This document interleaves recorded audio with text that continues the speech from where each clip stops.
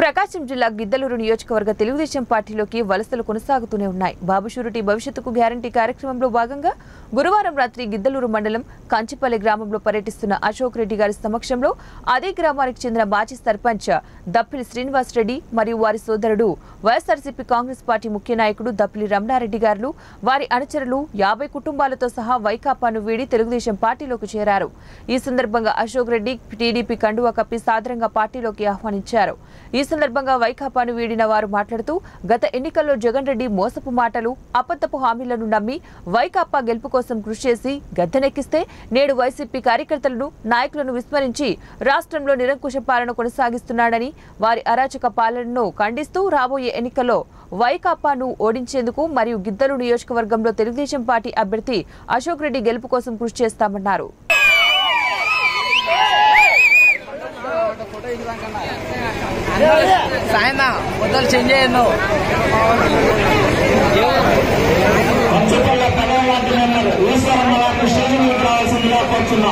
ఎవరు సాయం